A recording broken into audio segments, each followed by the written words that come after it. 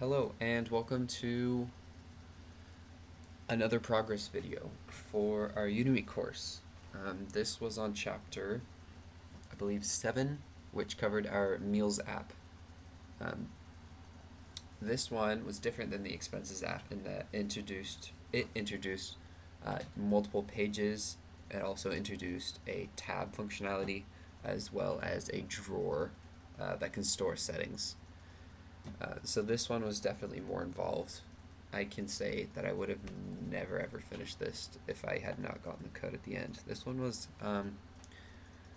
kind of difficult for me. All right, so first things first, I'll showcase what we've been over.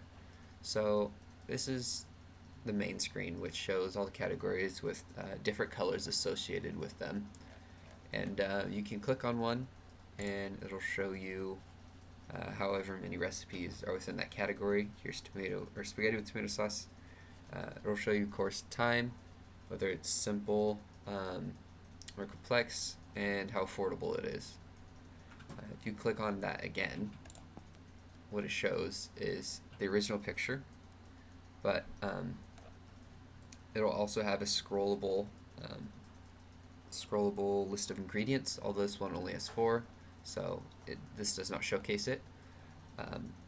However, it also has, let's see if I can, oh, there it is, scrollable, oh wait, I think this is scrollable, there's more than, yeah, okay, I was wrong.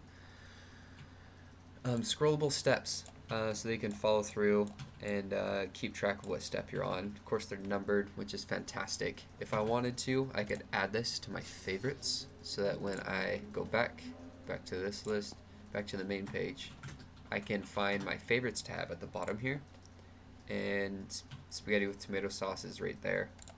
Say I'm like, had this too much, I'm gonna take it off, and then I come back to favorites, it'll have that default text.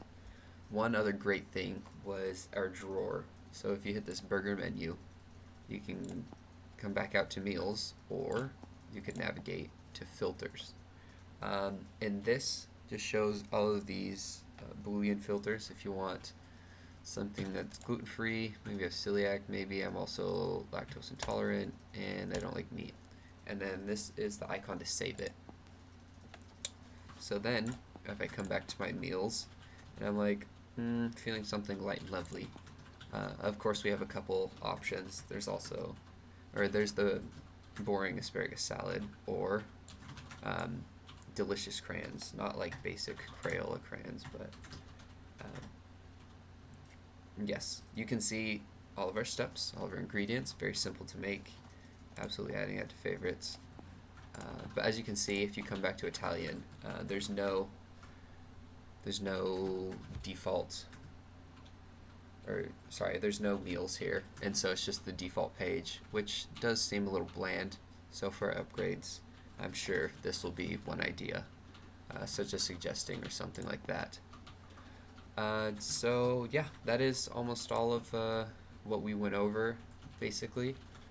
And here then I'll show you the code. So, starting with main, of course, this main runs everything. This is it's the what am I thinking? The code that runs everything. I can't think of the name. However, of course, it's doled out to different Dart files. I'll go over dummy data, which is just a list of meals. They have steps, course ingredients, a URL for the image, and different categories and attributes. Another is a meal item, which is the class for a single meal item in our list.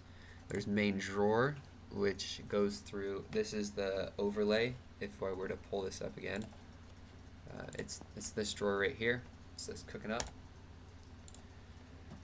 We have our category items, which displays our different categories nicely, kind of like a iOS style. There's the tab screen, of course, which was these right here, which is a little overlay on the bottom. The meal details, which goes over the ingredients and the different steps, like I showed earlier with the crayons and the spaghetti. filters. This was the settings that you could toggle, and so this is a single switch.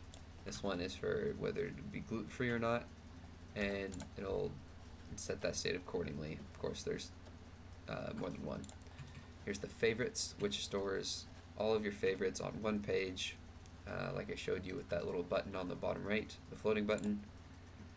Of course, here's our category meal screen.